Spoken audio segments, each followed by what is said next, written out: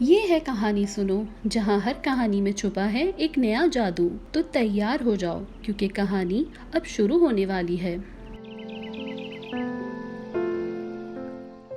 عید کی دعوت. عید الاضحیٰ سے ایک دن پہلے کا دن تھا. گلیوں میں ایک خاص سی خوشبو اور رونق تھی.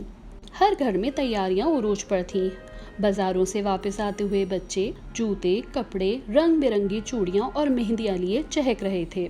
ردا اپنی بہن نمرا اور کزن فاطمہ کے ساتھ صحن میں بیٹھی مہندی لگا رہی تھی. ہاتھوں میں ڈیزائن بنتے جا رہے تھے اور باتوں کا شور ختم ہونے کا نام ہی نہیں لے رہا تھا. گھر کے باہر صحن میں 2 بکرے بندھے ہوئے تھے جنہیں سب بچے شیرو اور راجو کہہ کر بلاتے.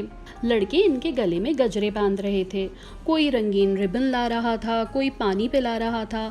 احسن، ردا کا بھائی، دوستوں کے ساتھ باہر بیٹھا قربانی کی تیاریوں پر بحث کر رہا تھا. اس بار گوشت کی تقسیم کا سارا نظام میں سنبھالوں گا، وہ جوش سے بولا. اور سب دوست ہنستے ہوئے بولے، پچھلی بار بھی تم ہی نے سنبھالا تھا اور آدھا گوشت خود کھا گئے تھے. شام ہوتے ہی ردا کی امی نے آواز دی، سب آ جاؤ، دعوت کی پلاننگ کرنی ہے. سب کزنز، خالہ، پھپھو، چاچی اور ان کے بچے ایک جگہ جمع ہو گئے. بات چیت شروع ہوئی کہ اس بار عید کے دن کی دعوت کچھ خاص ہونی چاہیے.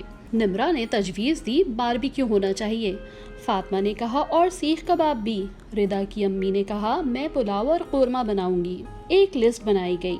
سب نے اپنی اپنی ذمہ داریاں سنبھال دیں. لڑکوں کو چارپائیاں لگانے اور باربیکیو سیٹ کرنے کا کام ملا اور لڑکیوں کو دسترخوان سجانے، چٹنی، سلاد اور میٹھا بنانے کی ڈیوٹی ملی. بچوں کا کام صرف کھیلنا اور شور مچانا طے پایا. رات کو چاند کی ٹھنڈی روشنی میں سب چھت پر بیٹھے گپ شپ کر رہے تھے. ہاتھوں پر مہندی سوکھ چکی تھی اور خوشبو ماحول کو مہکا رہی تھی. گلی کے کونے پر لڑکے قربانی کے جانوروں کو آخری بار سیر پر لے گئے. ساری رات ایک چہل پہل سی تھی. سب کی آنکھوں میں اگلے دن کی خوشی جھلک رہی تھی. اگلی صبح عید کا دن طلوع ہوا. نماز عید کے لیے سب تیار ہو کر عیدگاہ گئے. واپسی پر سب ایک دوسرے کو گلے مل کر عید کی مبارکباد دے رہے تھے. عید مبارک کی صدائیں گونج رہی تھیں. پھر قربانی کا وقت آیا. سب بچے جانوروں کے گرد جمع ہو گئے. احسن اور اس کے ابو نے پہلا بکرا قربان کیا تو فاطمہ کی آنکھوں سے آنسو نکل آئے، مگر اماں نے بہت پیار سے سمجھایا، یہ قربانی محبت اور ایثار کی نشانی ہے بیٹا. قصائی آ چکا تھا. گوشت کے ٹکڑے ہونے لگے اور سب نے مل کر گوشت بانٹا. کچھ گوشت محلے کے غریبوں میں تقسیم ہوا، کچھ رشتہ داروں کو دیا گیا اور باقی دعوت کے لیے محفوظ کر دیا گیا. دوپہر کے کھانے کے بعد سب نے آرام کیا اور شام کو دعوت کی تیاری شروع ہو گئی. صحن کو رنگ برنگی لائٹ سے سجایا گیا. چارپائیاں ترتیب سے بچھائی گئیں اور ان پر سفید چادریں ڈال کر رنگین تکیے رکھے گئے. باربیکیو کا سامان سیٹ ہو چکا تھا. وجی، حارث، حذیفہ اور زین کو سیخ کباب اور چکن ٹکا لگانے کی ڈیوٹی دی گئی. گرل پر گوشت چڑھا، دھواں اٹھا اور خوشبو پورے محلے میں پھیل گئی. ادھر باورچی خانے میں خواتین مصروف تھیں. پلاؤ کی دیگ ہل رہی تھی، قورمہ دم پر تھا، دہی بڑے تیار ہو چکے تھے اور سیویاں آخری پکاؤ میں تھیں.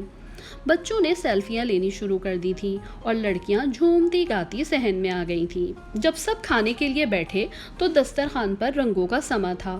باربیکیو، کباب، پلاؤ، قورمہ، سلاد، چٹنیاں، کولڈ ڈرنکس، دہی بڑے، فروٹ چاٹ اور آخر میں ٹھنڈی ٹھنڈی سیویاں. سب نے جی بھر کے کھایا اور ہنسی مذاق جاری رہا. انس نے کہا، یہ باربیکیو تو دل لے گیا. نمرا ہنستے ہوئے بولی، اور تم نے تو آدھی سیخیں خود ہی کھا لی. کھانے کے بعد سب نے مل کر کرکٹ میچ کھیلنے کا پلان بنایا. شبو چاچا نے کہا، میچ کی اوپننگ تو میں ہی کروں گا. اس بات پر عمران چاچا بولے کہ میں تمہیں پہلی بال پر آؤٹ کر دوں گا. اور ایک بار پھر قہقہوں کی گونج سنائی دینے لگی. بچوں نے پٹھو گرم کھیلا، لڑکوں نے لوڈو جمائی اور لڑکیاں گانے گاتی رہیں. رات گئے، سب تھک کر بیٹھ گئے مگر دل خوشی سے بھرے ہوئے تھے. ردا نے چپکے سے دعا کی، یا اللہ ہر عید ایسی ہی ہو، اپنوں کے ساتھ ہنسی خوشی مل بیٹھنے والی، قربانی کا جذبہ رکھنے والی اور یاد رکھنے والی.